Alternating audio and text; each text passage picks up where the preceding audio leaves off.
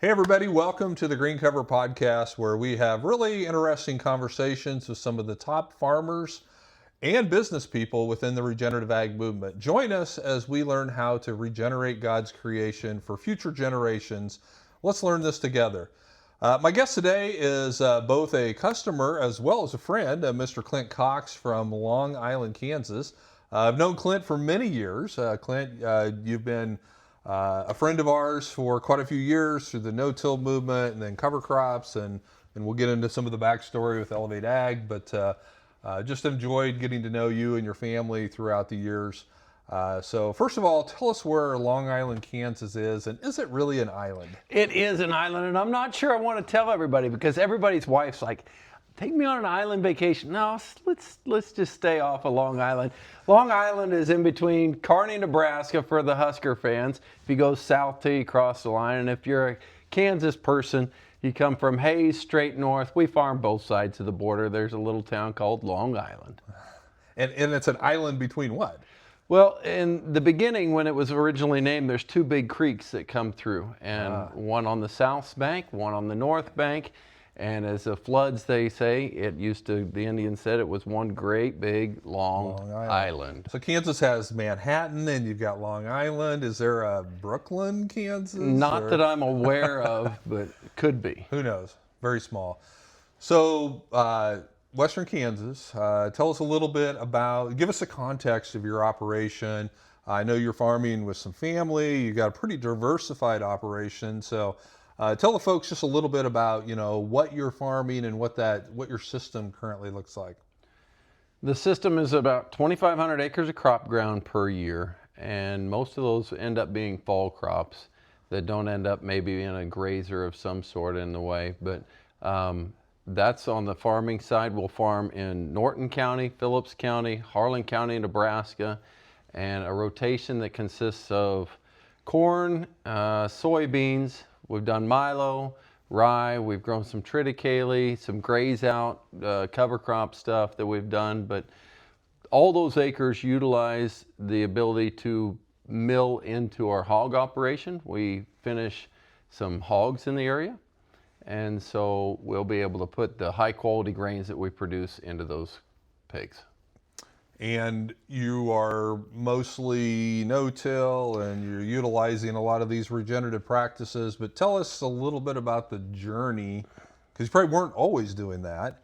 Tell us about the journey that you took to get here, and you've got some related enterprises with family and stuff. We can maybe dive into, because trust us, we know that can be interesting, to say the least. It's great. Dad and his brothers all farm in that area. They all grew up there. They've all took on their own farms. And in the early 90s, they really transitioned a lot of the acres into no-till. So what am I, 9, 10, 11, 12, we're transitioning into no-till and trying to put away the plow at that point, or the disc and the sweeps and stuff, and trying growing consistent crops every year in a rotation. And so I had that mindset growing up that tillage wasn't really a good thing, and I understood why it wasn't a good thing. So that one of those mind shifts I didn't really have to make. When I actually came back with my wife Corrine and I from Kansas State and trying to cut out our niche, we had gone to no-till on the plains. Mm-hmm. I took my wife down there, and it's a great date, wasn't it? Oh, it's a perfect date. I don't know if it qualifies, Corrine, or not, but she says soil health events aren't great, but she still likes to come to them. And I absolutely love the communities there, but I got to just sit and listen and learn about how others might try to fix problems and or generate income on the farm. Dad didn't have a lot of acres. We had farmed with uncles and cousins and everybody, and I was kind of the last one to come home in that scenario, and trying to cut my niche into where I belonged. Mm-hmm. I wanted to prove my worth, and a different way of farming always sounded more fun. Cover crops in everybody else's mind were crazy. So that's where you start. It kind of fits me and who I am. And if start you know with crazy. Yeah, that could be the book you write. Start with crazy. And if you know my mom, that's what she is. She's chaos is what she thrives on as well. So that's kind of the way we moved into the farming operation, is seeing what we could shake up and do to these long-term no-till systems. Because when I was coming back, they've been in no-till for quite a while, and we'd reach these plateaus and we couldn't get through it, and we kind of started dabbling in those cover crops. So what year would that have been when you started going to no-till on the plains and started thinking through these processes? I would say 05, 06, 07, 08. From then on, I just tried not to miss them. But I can remember being in the room when Gabe Brown is presenting that information. Yeah, so my turnips didn't do good, my radishes didn't do good, my rapeseed didn't do good. Throw it all together and look how good it does, right? So I was there. That would have been 07 because 2006, Ademir Caligari from Brazil, he came and he really, we can blame him for all this because he shook things up. He was showing us these multi-species cover crops in South America, and the success that guys were having, not just for the soil, but for the livestock. And that's what got Gabe and Jay. So they did that the summer of 2006 in North Dakota. And then we did our experiments in 2008. So yeah, you were right there from the beginning. Well, yeah, right around that time, I decided that I'd taken over a piece of ground that was in wheat stubble. Of course, you know, when you get the rent, it's as soon as the combines are gone, it's mine. And I didn't have much that was mine at that time. And I'd listened and learned about a lot of these cover crops. So we threw a multi-species cover crop out there. And then I told Dad we were going to buy a bunch of weaned calves and going to throw them out there. And oh, buddy, did we have a lot of people putting their brakes on and saying, you really can't do that. But we were able to come away with a big success on that. You know, we put up 2 wires, where I'd only run 1 now. And we held them in a little holding pen where I'm not so scared about that anymore. But those cattle on my first successful cover crop were instrumental to being able to put down the foundation of saying, hey, I can do this. And you probably didn't have to pay $2,000 a piece for them like you would No, right now. I can remember when I got them home and I was so proud of them. Of course, you always have to pay more than what you scheduled for them and get them there, and they just grew well, and the fall went great, and I sold them, made a profit, and we turned and planted those acres back to corn. The corn did great. Man, I had the world on fire. I was going to be able to plant cover crops. And it's just been rosy and uphill ever since, right? Not even close. Keith, one of the problems I have being this personality is that I will try anything, and I'm not scared about failing at it because I want to push that envelope. If I see somebody's success in Indiana or Ohio where they probably get 3 to 4 times as much rain as I do, I try and push the envelope to say, can I do that here in Kansas? Yeah. And I can attest to that because You've seen pictures. Well, I still remember the phone call when you called me up and said, hey, Keith, what do you think I could seed turnips through my pivot? Well, you know, the turnupinator is what I termed that one. And yes, you can seed turnips through a pivot. It does come with some logistical hurdles, and you really don't get many turnips through the first few spans. It kind of all ends up on the end. A lot out at the end, though, isn't there? A lot out at the end. And then after you're done, you will have to unplug nozzles because those seeds will swell and try and grow. But I love the creativity and the thought process of thinking, well, why can't we do this? Maybe it hasn't been tried, or maybe we just need to tweak something to make it work.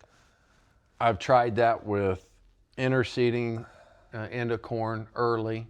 I tried that way early, ended up in hay bales. Okay, I got a win out of it somewhat, but a loss really, depending on who's looking at it. You know, we've tried. Do you think because of the interseeding or just because of the year? My soil wasn't ready for it. Okay.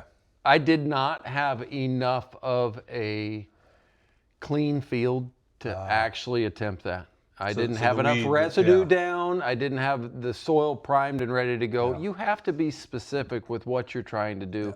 All different fields cannot handle the same thing. Yeah. And that's, you don't start with the really complex things like interseeding.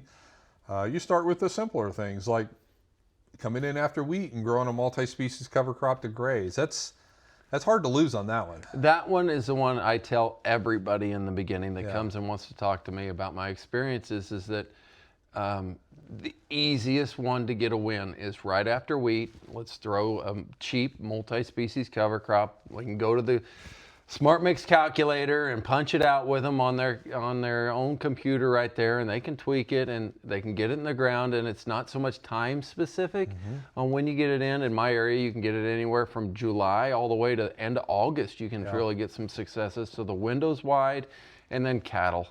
You can go recoup any of those seed and drill expenses with cattle real quick. Yeah. Winning is important. Yes. And the other thing is, one of the biggest management decisions and where guys generally get in the biggest trouble is poorly timed termination. Winter's going to terminate that cover crop, so you don't have to worry about it. But if it's something that overwinters, now you've got to decide, is it taking too much moisture? Do I have enough biomass? And if you make that decision wrong, it can really bite you. But a winter-killed cover crop, it's pretty safe. Yeah, and you push me into the other side of things. I love cereal rye. Okay, cereal rye. Guys always call and say, "Hey, can I graze it in the fall?" I say, you better have it in before the first high school football game if you want any chance of grazing it in the fall. I primarily use it as a spring grazer for my calving window. I drop cows and calves out there and forget about them and go do a lot of other things instead of start a feed truck and keep those girls happy. I could do that with cereal rye.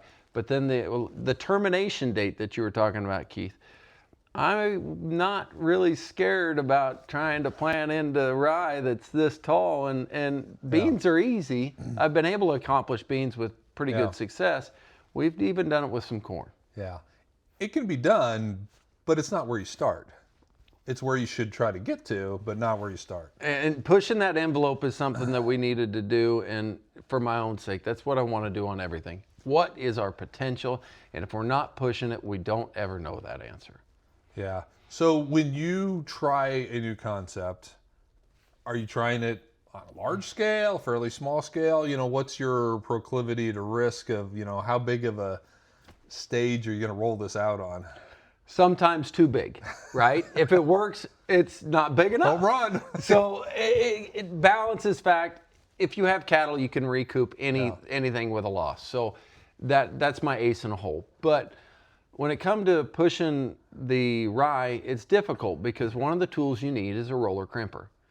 And if you're only going to buy a roller crimper for a small amount of acres, man, that cost expense really doesn't work. So one of the first few years that I tried the cereal rye was because of circumstances. We experienced a hail crop, hailed out, full corn, zeroed in a lot of areas.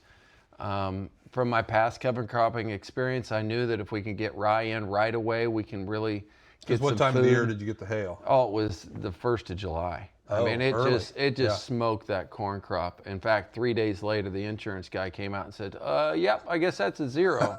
So I begged and pleaded because it had done the same to my pastures in the area, and my cows had nothing to eat. So we quickly got that into that rye crop and spread that over quite a few acres, and then looked and said, we're going to need a big roller crimper to do all this timely. We were able to execute into high rye, but there was strategy involved the next spring, but there was strategy involved in where we were trying to plant corn versus soybeans, because I have a 10-inch drill, and in my past little dabbling trying to plant corn into rye, it's difficult when you get on a root ball or anything like that to get the trench closed, and it's just really dry in those situations. So we tried plugging 1 out of every 3 holes on your 10-inch drill, which gave you a 20-inch gap where nothing was growing, and that's where we were going to plant our corn. That was a success. We had a nice seed bed that we could already just shoot right down with the GPS. We were able to get the corn into the ground, cover rolled down, and not matted on over that row that we had just done that was important. So the corn could emerge nicely. And I know that where a lot of people get in trouble with planting corn into tall cereal rye is with nitrogen tie-up. Tell us a little bit about how you dealt with that. How did you put the nitrogen on for that particular corn crop? Because that's key. A lot of people will say, rye is allelopathic because my corn turned yellow. I don't think it's really allelopathy. They just tied up all their nitrogen. So that year that I'm speaking of, the first one we tried this, we went out with AMS, dry AMS, and we threw it out there, and with some more dry urea right ahead of planting and right ahead of rolling. So those pearls would be down there. You should have seen the co-op guys going, "What in the world are we doing?" Probably not the first time they've said that on your farm. On my place, no. But what turned out, I didn't even use enough nitrogen, I think, in that situation. I still experienced a little bit of slow growing plants. I think it was still paying that carbon and nitrogen tax on that one. When we changed it up in the next years, we went to a liquid system and added a bunch of liquid right there. And in fact, even a little bit of liquefied urea in furrow, which is a big no-no in normal speak when I'm talking urea and or any nitrogen in furrow to speak of. We're able to carry 5 gallons of that stuff, and so far it looks really, really good. So you're saying 5 gallons of liquefied urea in furrow. Which is one of those reasons why you're going, Clint, you're crazy. Yeah. But I was tired of paying that carbon and nitrogen tax. Yeah. I wanted to see if we could really change the game. So you got that super early boost. And for people that may not be familiar with the concept, what is different about liquefied urea that maybe would make it act differently than just putting, 32 right down in the furrow? You eliminate a lot of salt. In fact, almost all the salt is out of that equation, and it happens to be favorable to things that you wouldn't think of. We'll get into it eventually, I'm sure. The side in my biological world, I live and die that sucker. And when we add biology to it, and we look at it in a microscope, we don't have any die-off, and in fact, the biology starts to thrive. In the fertilizer, that solution, in the nitrogen fertilizer. It makes no sense at all, and in fact, we questioned it and resent it in again and resent it in again just to make sure that we were okay with it. And so we went with it, and it's worked amazing, putting a whole load of biology in furrow with that 5 gallon of that liquefied urea and go at planting. Yeah. And the liquefied urea it's actually chemically changing the type of nitrogen it is and putting it in a form that the plant can use more readily. And my understanding of this, and you can correct me, but yeah, the amine form, the plant has to get it to that form. And if you put it in as nitrate, with urea or with 10 or 32, then the plant has to spend the energy to change it to an amine. Is that correct? That is the principle of understanding of how that plant actually gets that nitrogen into it. If you get it to an amine form to begin with, that plant has zero photosynthetic power used to convert that nitrogen. If not, if you're using a different source of nitrogen, it's got to expend goods and nutrients to be able to flip that around. The biology's got to go through it. It's got to go through a couple different stages, and then the plant can use it. Yeah. So sort of the difference between coming in and having a meal all prepared for you, all you got to do is sit down and eat it, versus coming in and you got to get the ingredients out of the cupboard and out of the fridge and put it all together and prepare it. Then you can eat it. I like your analogy there. It fits it quite well. We try and do whatever we can so that every bit of photosynthesis goes to producing yield, whether that's plant yield or grain yield or what it is. We don't want the things that I'm applying to my ground to be causing that plant other stresses. Yeah.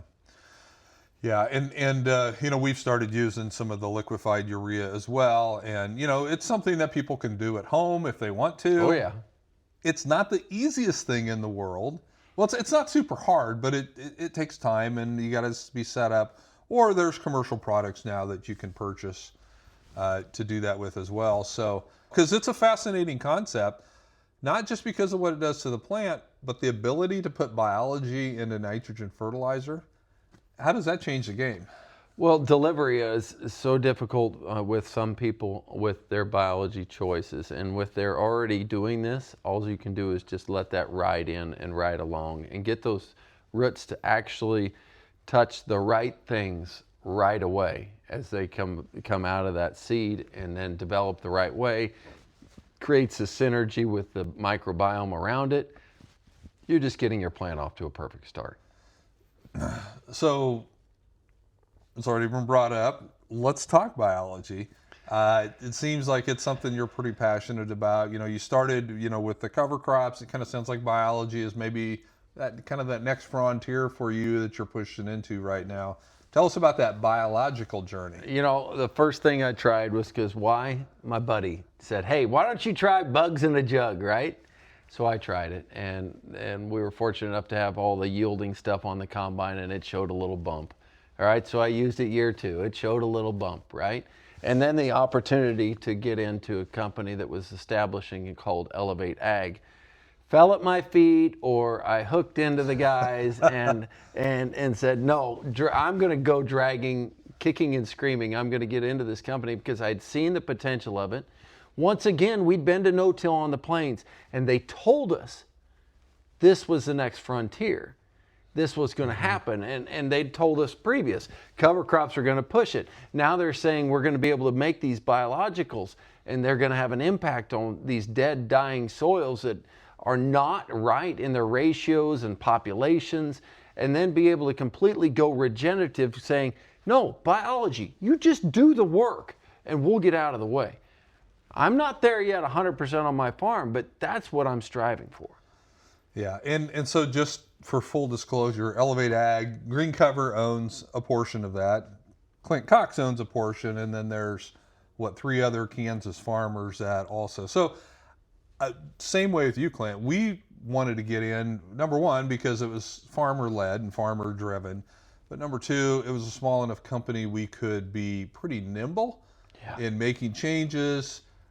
And we come to find out that's some good and some bad. Yeah. Sometimes you can be too nimble, but it is something where we can, as new emerging technologies come out, we can continue to improve, and we don't get locked in. Hey, here's our flagship product. We've got $10 million of R&D into it. We have to sell it. No, we find something better. We can incorporate that into what we're doing. And how have you seen that play out? Yeah, 6 years down the road, the product that was called Hypergrow at that time is not the same Hypergrow that it is today. And that's kind of our flagship product out there, but same foundation, but we've been able to add more into it. Keith, you live on diversity when it comes to your cover crops. Mm-hmm. I don't know that people have grasped the idea of how important diversity is into their biological products as well. Yeah. And the reason that we really landed on that concept of diversity is because at some point you have to come to the realization that you're probably not smarter than God. I'm there. Yeah. Someday, Clint, when you grow up, you'll learn that. But when you look at how these natural systems were created, it's all about diversity, both diversity of plants and the diversity of biology. And the magic happens is when they work together. And that's what we're trying to do, both with Green Cover and Elevate Ag, is help people build that diversity back into their systems, starting with the plants, but then following with the biology.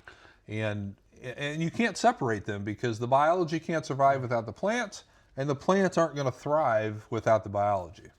A lot of guys that we talk to, it's easy to go in there and say, okay, we're going to go take a Haney test, and we're going to go take a T&D, and we're going to go take a PLFA test, and we're going to get a baseline, and we're going to get an understanding, and then we're going to maybe tweak the products one way or the other, whether we need a little more fungal or we need a little more bacteria, depending on what those test results show to us. And then we can make a movement forward. And it's a lot of times we're not 100% sure what part of our equation gave you your best return, because we don't understand everything that's happening in your soil. Otherwise, we could go like this, right? Yeah. Sometimes there's a little more shotgun approach, but as long as you're seeing those numbers on the Haney test with your respiration moving and trying to get some of those locked up nutrients that are there unlocked so that your crop can have it, the returns can be great. And your synthetics that you can get rid of quickly If you get your populations right there, the word is quorum, right? Yeah. What can be expressed in that plant when we get the biology right? And that's maybe not the first year, maybe not the third year, by the fourth or fifth year, like on my farm, being full into this, I'm seeing things that I've never seen before on my farm. And it can only be because of biology, because I'm still planting roughly the same types of seeds, roughly the same time of year, using somewhat less synthetics. So you haven't eliminated, but you've drastically reduced. Drastically reduced, but we are still using some synthetics like that amine source of nitrogen and some other micronutrients to spike the plant when it's most needing of those nutrients. But the biology is giving us different results. Plants are staying greener longer. They seem to be a little more drought tolerant. I see a lot of saprophytic fungi all over the soil under my pivots. And the residue. You've got mushrooms growing where you've never seen them. I've got mushrooms everywhere and all sorts of different kind of cool mushrooms. And then you take a step and it goes into the creature world. If you are seeking crickets or spiders or millipedes or pill bugs or earthworms or any of those things, you can flip your script by going regenerative, adding the food source, adding the biology, and letting those critters just thrive. And those are all good things, right? All those critters? To an extent, right? I mean, anything out of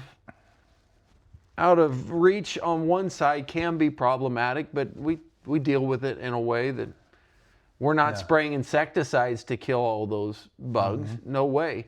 Can you imagine how much good nutrients we're getting out of all those? Yeah, and we used to think, crickets and things like that, were eating the crops and stuff, but what we found is, what they eat? Palmer amaranth seed. That is crazy. And we feed them well. It's unbelievable. In the rye that I talked about earlier that we planted down and went that way, you go into that field 2 years later, and I got one hired man. His name's Martin. He doesn't like spiders very much, and he doesn't even like to go in that field because there's he thinks he may not come out. So many spiders out there and crickets. And you say, they attack the palmers and stuff. Those fields are clean, and the plants that do survive, I've got saprophytic fungi attacking them from the bottom up of the weeds. Of some weeds that I found this year. Never seen it in the past. You see all the leaves being eaten because it's something they can get to that's green, that is in their food web. They need something there. They're chewing down the weeds. I'm not saying my fields are clean as a whistle and don't have a single pigweed out there, but biology and critters are making an impact on my weed seed bank. And would you say that since you've introduced the biology and have gone more regenerative, has your herbicide cost and use gone up or down? We're drastically trying to cut that one. We think that every time we spray a side, we have negative impacts on what our farm is trying to accomplish. We want to be regenerative. We want to push a system approach to the extreme to try and cut out as much as we can. And when we apply those herbicides, which we do, every field sees them, okay, we know that there's negative impacts. We have to replace some of those things that it might kill off or feed off. So if we have to go out there and we spray a burn down herbicide, we will follow that with the biology quickly in furrow for that plant to be able to thrive on.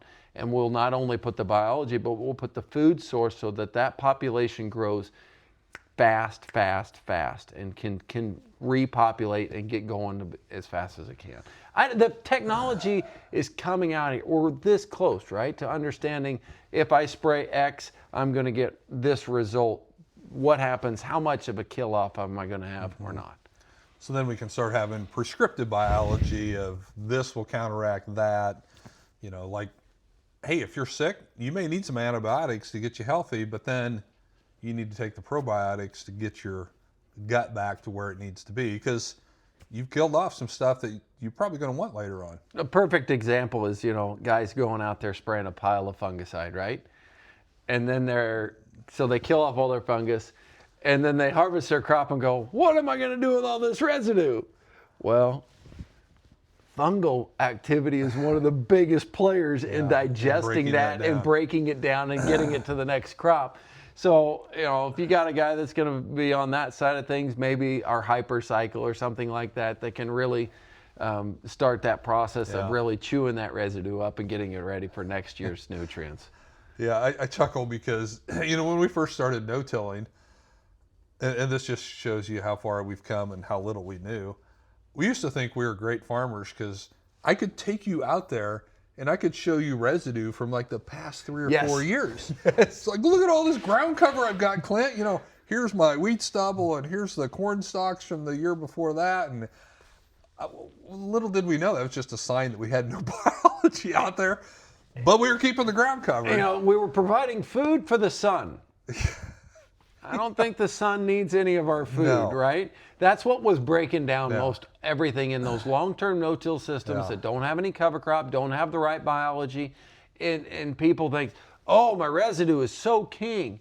Yeah. Well, the sun is the one eating most of that. Yeah. And it's just breaking apart, volatilizing this way, and nothing more than a cover is it providing. Now, when you start that cycle of that biology, now your systems are probably just like mine.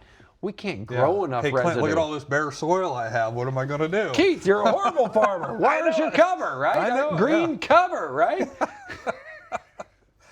Yeah. And so you just have to bring things back into balance by changing some of your cover crop mixes. You may have to go with higher carbon cover crops, and that's okay.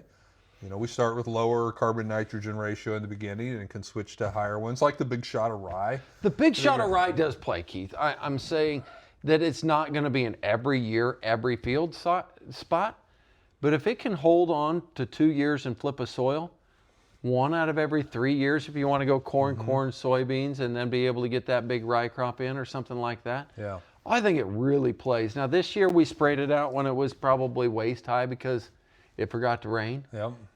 But, you have to have that management tool in your pocket ready to go at the next Monday because it was supposed to rain last weekend. Well, it forgot to. Time to get out the sprayer and get it over. Yeah. Yeah, and that's where the management is going to be the make or the break of how successful it is for you. Yeah, that's a pretty big deal.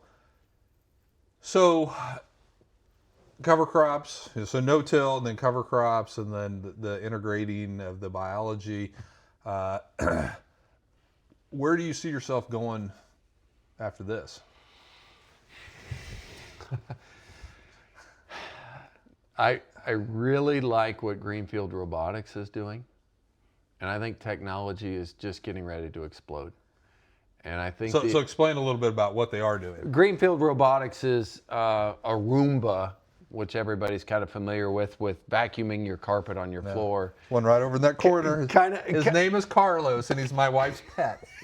Cleanest indoor pet you'll ever have. Something like that for your fields. Yeah. I don't know if it's that company or not, but what they do is they go out there in a non-herbicide way. They'll go out there and they will cut and mulch a weed, which ultimately feeds it right back to the plant biology that is there. We haven't destroyed any plant biology with a herbicide.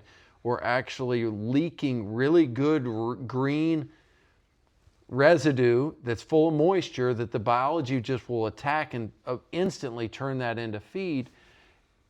And you take away the people part of that equation when it comes to applying those herbicides.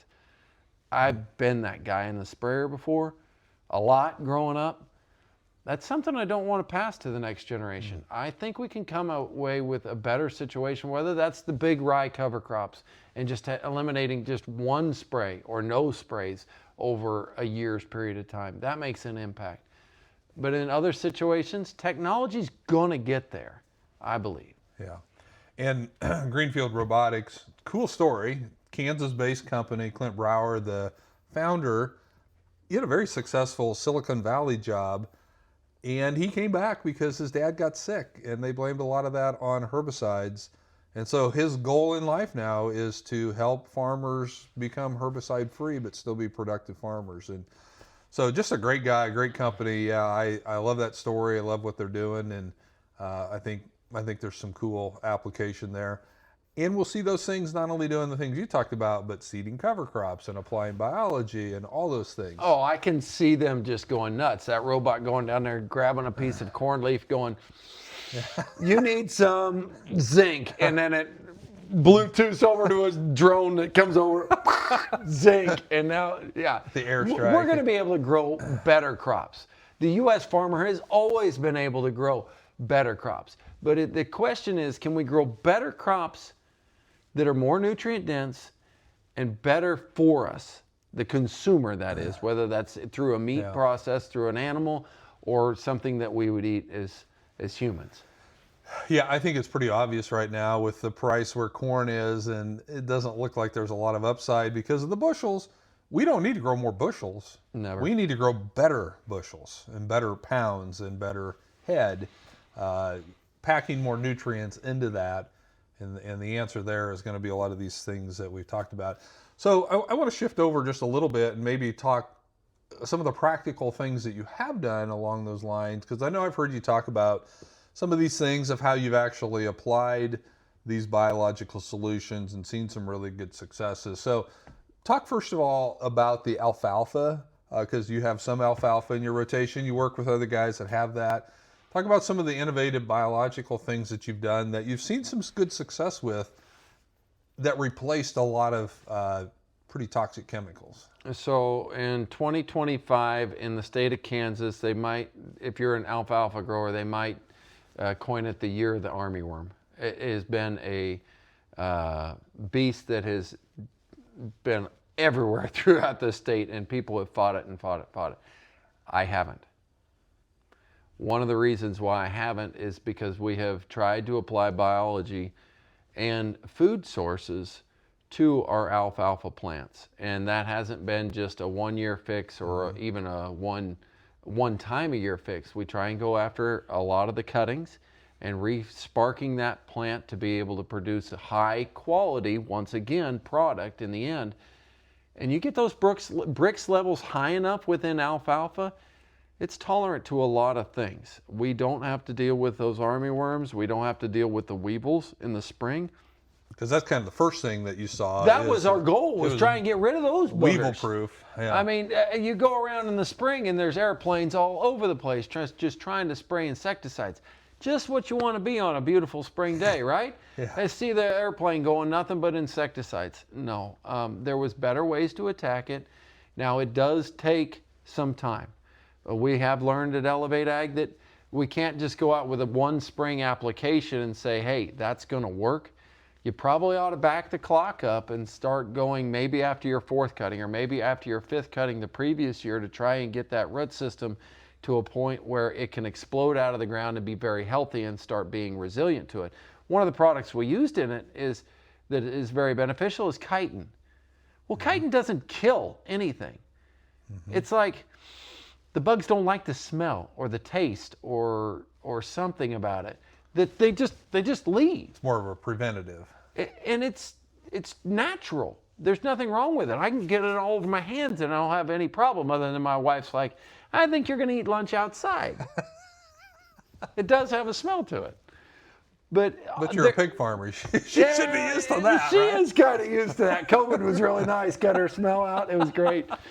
But there's all sorts of solutions out there that, you know, our organic friends have been using for some time. Well, some of those procedures have needed to make their way into mainstream agriculture just to get rid of some of those, not only bad for us and our ground, but sometimes it's more expensive to run the insecticide than it is to run a program of all natural things. So you're trying to create healthy plants that don't need protection versus trying to protect sick plants that are under attack. Great concept, isn't it? I hate the go kill it scenario. Yeah. And there's a lot of that in our agricultural industry right now. Go kill it, whether it's a weed or go kill it, whether it's a seed treatment that's on a seed that we don't know if we need. Somebody told us we needed it, and then they said, oh, by the way, you'll pay $25 more a bag for that too. Do we even really need it? And we're trying to come up with other products that can start your crops. In a matter of fact, you use it in the cover crop industry a lot.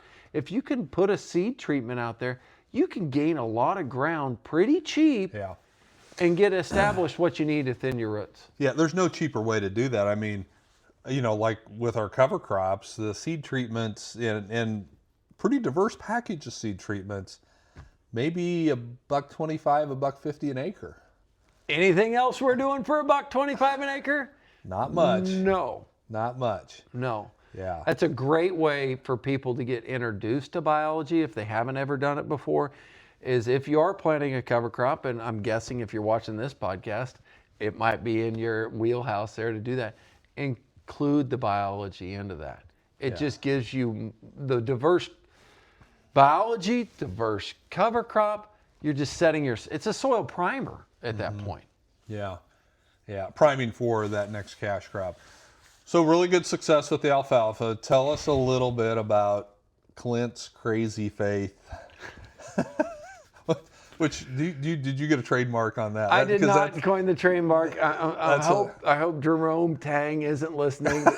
He kind of had the crazy faith team that first year, and it was our first year that we really saw the potential of being able to throw a lot of products together and go with it in furrow.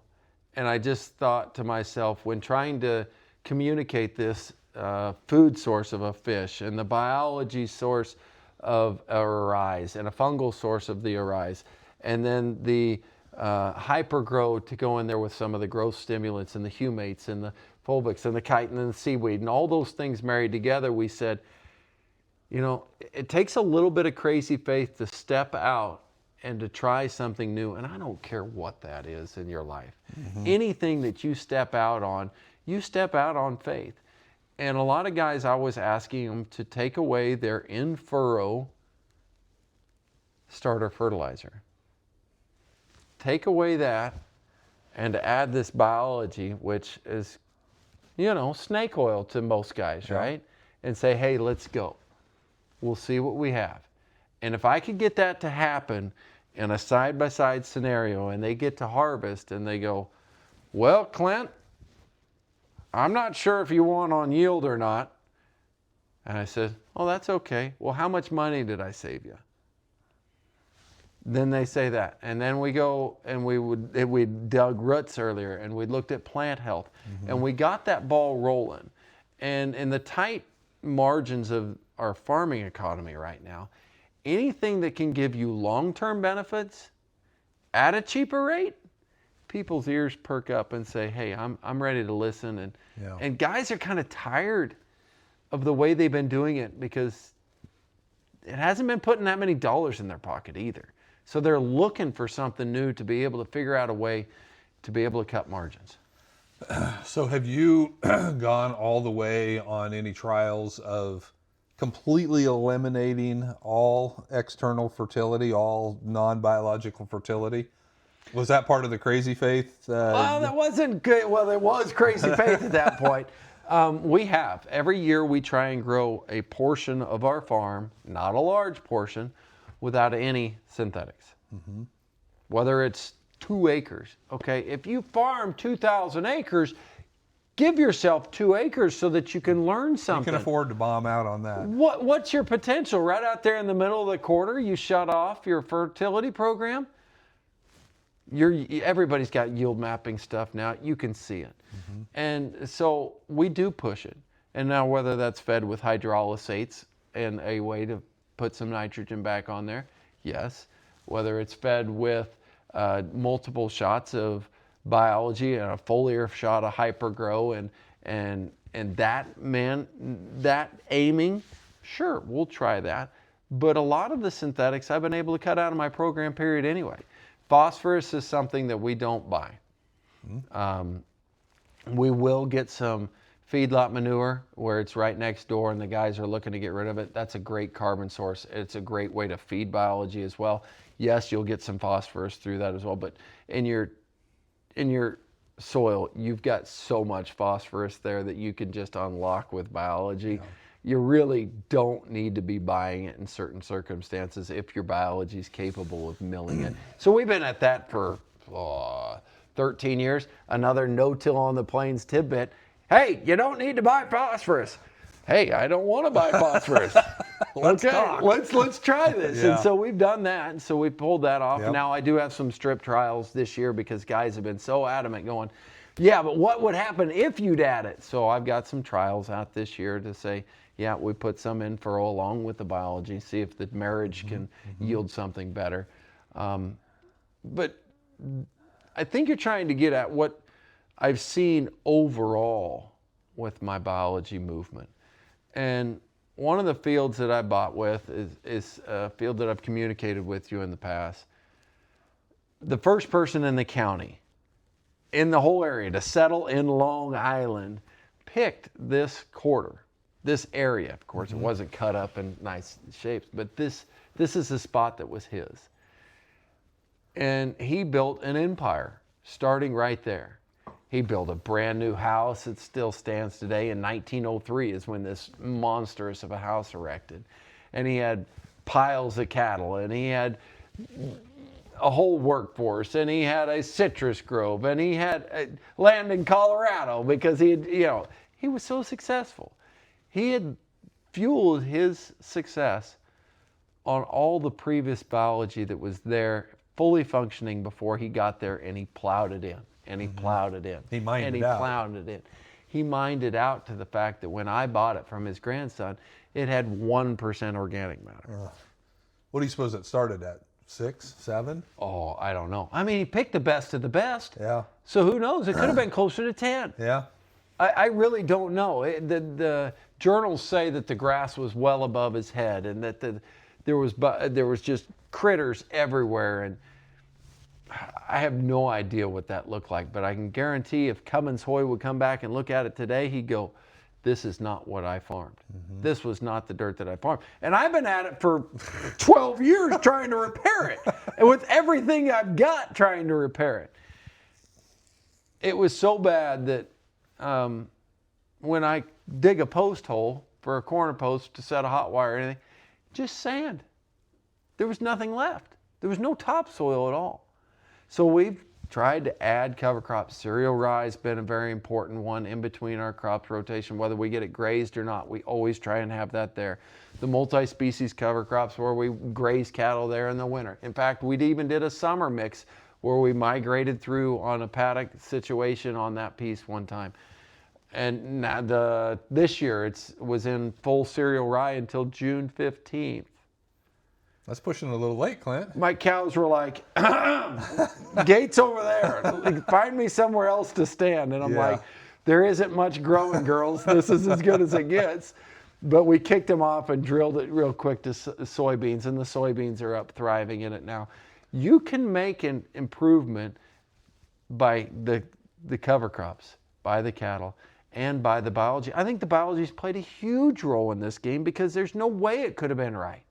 There's nothing growing there. Your soil was dead. The Haney test said there's nothing there. You can get there Gabe Brown style. I really do believe you can. Gabe didn't use biological products. He used the factor of time and cover crop diversity. And cattle. And cattle. When I look at it, I think we can use a cheat code by introducing biology into the front start of that. Now, if you want to continue to add the cover crops and the cattle and the crop rotations, that will only amplify the situation. But by getting that biology in the beginning, you're just jumping forward 5 or 10 years. Yeah. Definitely speed up that process. So yeah, I think a lot of people have seen that and recognize that. And if you can get to what takes people 10 years to get to, and you get there in 5, well, I mean, that just continues to compound through the history of that farm now. You get to leave something for your family that is completely different than what you took it over. The price of land these days, and I don't care if you're in western Kansas, I think the price of land's high. And I'm not even going to the auction in Iowa that they're talking $20,000+ an acre. You've got to be able to protect your asset and to give it to the next generation, and hopefully the generation after that and the generation, in a mindset, in a way that you're not only giving them something better in the soil, but giving them a better mindset of understanding of how it can be improved on instead of just mined down. Yeah. And just like we talked about, we don't need to grow more bushels. We need to grow better bushels. We don't necessarily need to farm more land as individuals or as entities. We need to farm the land that we have better and improve that. And, you know, if you double your soil organic matter, you're probably 50% more productive. So you've just increased your holdings, your land, your production capacity without having to go out and buy it. Any piece of ground that I take on, I feel like is so far behind of what the stuff that I've been doing this for 20 years. And I'm like, how long is it going to take to get this fully functioning and operational and being able to thrive in what I do? Yeah. But you know you can get it there now. Oh yeah, there's no doubt. There's no doubt you can do it. Yeah. It's just how much are you willing to commit to it? Are you willing to grow a profitable wheat crop so that you can get that multi-species crop in there, that you can get the cattle in there? Or are you willing to go, I can tell that co-op guy maybe I don't need this much phosphorus. Maybe I can use some biologicals to unlock some of my phosphorus. Just little things that you can tweak. Yeah. Well, we've talked about a lot of stuff, and I think you've touched on this a little bit, but maybe as we kind of close and wrap things up here, maybe just summarize your advice to, you know, maybe it's a young guy just getting started out, or maybe it's a farmer who's farmed for quite a while but is ready to take that step into whether it be cover crops or biologicals. What's your advice for them on best ways to get started? Well, first of all, you can reach out to people, whether it's people in your region or people within our industries. You can contact Keith and his crew over there at Green Cover. You can contact us at Elevate Ag, and you can help with specifics in those areas. But after that, it's mindset. And I've got some older gentlemen in my area. One comes to mind. He goes, I love what you're doing. I think it's great, but I can't do it. I'm too far this direction. My farming career is coming to a close. I'd love for you to just show me the playbook and just do it this way, but I got to do what I'm doing now. So if you find yourself in that situation, you need to find somebody younger to interject into your farm. One of the things that really made my success as a farmer, as a dad, as a community member, it was that my dad gave me ownership in it.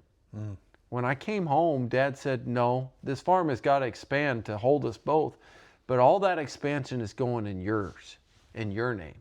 The equipment's going in your name. The lands are going in your name. The farming control is going to go in your name. The decisions are going to be yours. Good for him. And when he did that, that wasn't a wise decision in the beginning, right? Because I decided I was going to go to this cover crop and regenerative side that wasn't regenerative, but it was his decision that it wasn't going to be his direction that was going to make my farming career successful. It was going to be mine. Yeah. And when guys get a hold of that, they are willing to grasp at any resource they can get to.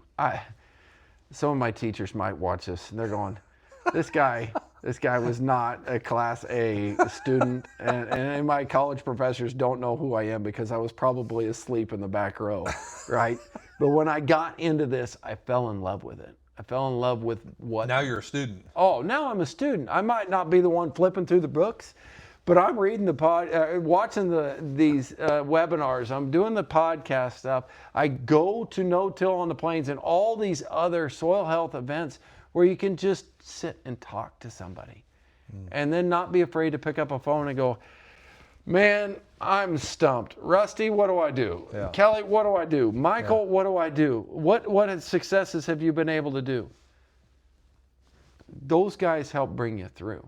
You got to surround yourself with people that'll bring you up. That's great advice. And folks, you know, if you are getting started, there are a lot of opportunities out there.